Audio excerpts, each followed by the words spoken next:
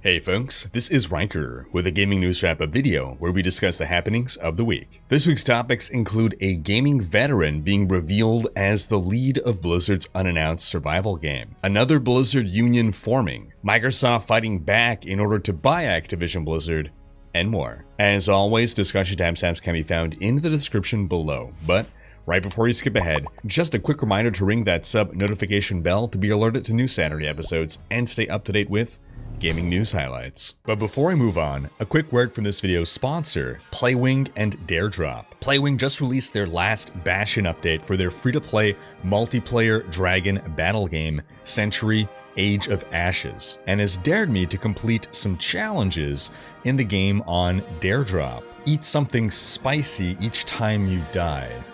Homemade ghost pepper hot sauce, let's go. Century Age of Ashes has you ride around on a friggin' dragon and shoot fireballs at other dragon riders in a variety of game modes. There's team deathmatch where you just gotta kill the other dragon riders. There's objective-based game modes similar to Capture the Flag. There's ranked and unranked up to 6v6, or you can go at it solo or in duos. The game's monetization is purely cosmetic. You cannot pay for any advantage. You get to customize the look of your rider and your dragon while picking between 4 different classes, each with different active and passive abilities. And the last Bastion update adds the Outbreak PvE mode, in which 4 players team up to protect towers from 10 waves of enemies. The mode will only be available until January 18th though, so enjoy it while it lasts. Based on player feedback, it may return in the future. Century Age of Ashes is a lot of fun. It's very positive reviews on Steam, and it's free to play on PC, Xbox, and PlayStation, so click the link in the description to check it out for free. Starting with some quick news, we got a new trailer for Stalker 2: Heart of Chernobyl, and it's looking pretty damn good. It gives a good idea about gameplay and story. Stalker 2 is a huge, borderless open world with a non-linear story, and it'll be available in 2023. In other news, Capcom has come down hard on some fan remakes of Resident Evil and Code Veronica, sending the creators cease and desist orders. The creators claim that Capcom was canceling the projects out of pure evil. However, it turns out that the creators were accepting donations for their project. And in general, that's what gets publishers to come after you once you start profiting off an intellectual property that you don't own the rights to. Compare this to an instance when Capcom asked the creators of a Resident Evil 2 fan remake to abandon their project, but then they flew the creators out to their offices, gave them a tour, and showed them, hey, we're actually working on an official Resident Evil 2 remake. So given that, it's a little hard to see Capcom as the bad guy here. In other quick news, now that all the Game Awards for 2023 have stopped rolling in, the tallies have been done, and the game that has won the most Game of the Year awards is Elden Ring. And that is based on data gathered by Reset Era member BrickArts295, who counted 187 wins for Elden Ring, with the runner-up being God of War Ragnarok at only 34 wins. That's not even close. And then nothing even came close to God of War after that. I'm glad to see the win go to Elden Ring. God of War seems like an awesome game, but it also seems mostly just like more of the same excellent game that came before it, and it's a PlayStation exclusive. Nothing against PlayStation specifically, but it's exclusive to one platform. Elden Ring has pushed the envelope of its own genre and is available on more platforms, which is 1, better for consumers, but 2, also more challenging for developers who have to devote time and resources to ensuring compatibility across multiple types of hardware, resources that an exclusive game can instead devote to making their game better for their singular platform. Just saying. In some Blizzard news, we got confirmation last week that Blizzcon is returning in 2023. At the start of the year, we'll learn more details, like when and where. Is it going to go back to being in November and at the Anaheim Convention Center? There hasn't been an in-person Blizzcon since 2019, the reveal of Diablo 4, and we had a virtual Blizzcon in 2021, but nothing at all in 2020 or 2022. In other Blizzard news, we learned recently that the person in charge of Blizzard's upcoming survival game is Dan Hay, a Ubisoft veteran who oversaw the Far Cry franchise. Hay joined Ubisoft in 2011 as the project lead of Far Cry 3, then worked his way up to being the executive director of the entire Far Cry franchise. According to his LinkedIn, he's actually been at Blizzard since April 2022, but the announcement was only made recently. The Far Cry games that he oversaw have been really good games, so this is promising for Blizzard's survival game. Ever since its reveal almost a year ago, details on Blizzard's survival game remain scant, but as a reminder, this will be an entirely new intellectual property for Blizzard, so it won't be set in one of its established universes. Blizzard also recently shared that the team working on the game has doubled in size over the last year. In another Blizzard story, another Blizzard subsidiary is looking to unionize. Back in summer, we spoke about Proletariat, the developer of the mage battle royale game Spellbreak.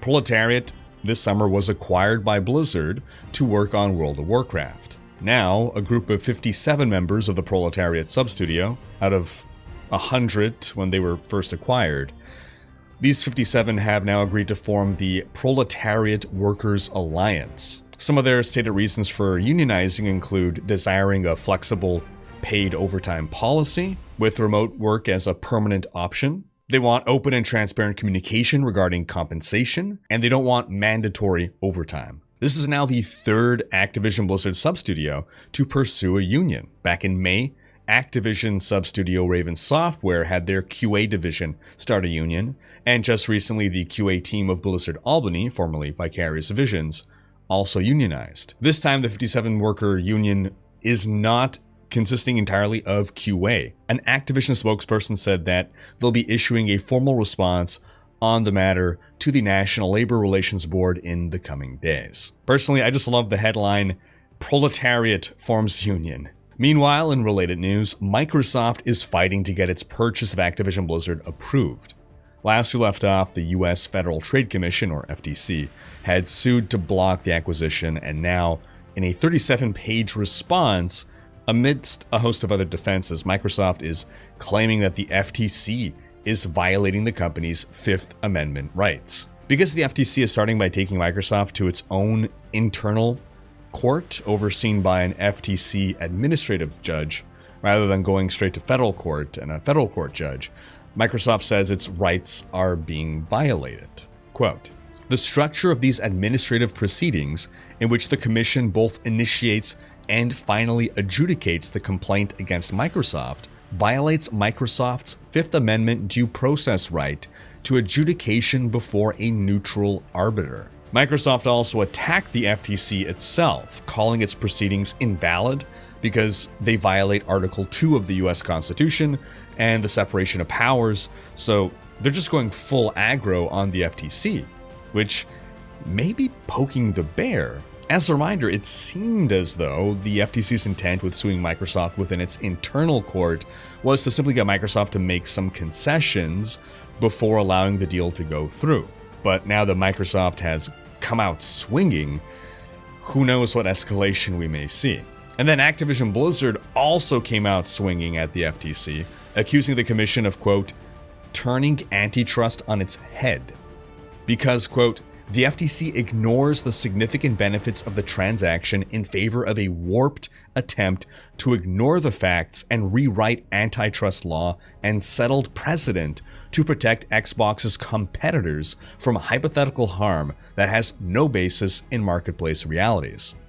It added, quote, blinded by ideological skepticism of high-value technology deals and by complaints from competitors, the FTC has not only lost sight of the realities of the intensely competitive gaming industry, but also the guiding principles of our nation's antitrust law. When we get the Netflix docudrama rendition of this whole thing, who should be cast as Bobby Kotick? Another noteworthy tidbit that was dropped in Microsoft's report was an admission that there are 3 upcoming Bethesda titles, since they just acquired ZeniMax and thus Bethesda a year or 2 ago. Anyway, there's 3 upcoming Bethesda titles that will be exclusive to Xbox and PC. Microsoft described these as games designed to be played primarily alone or in small groups, as opposed to something like Call of Duty, Fallout 76, or The Elder Scrolls Online.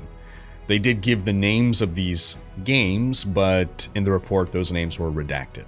And then since Sony has been the biggest and most vocal opponent of the acquisition, basically stating that Microsoft will stop releasing games on PlayStation and make the market suffer, Microsoft has also pointed out to the UK's regulatory body, the CMA, that Sony has blocked Final Fantasy XVI, Final Fantasy VII Remake, and Silent Hill 2 Remake from hitting Xbox due to an Xbox exclusion deal it makes with devs. The CMA has been collecting public responses about the acquisition to see what gamers think.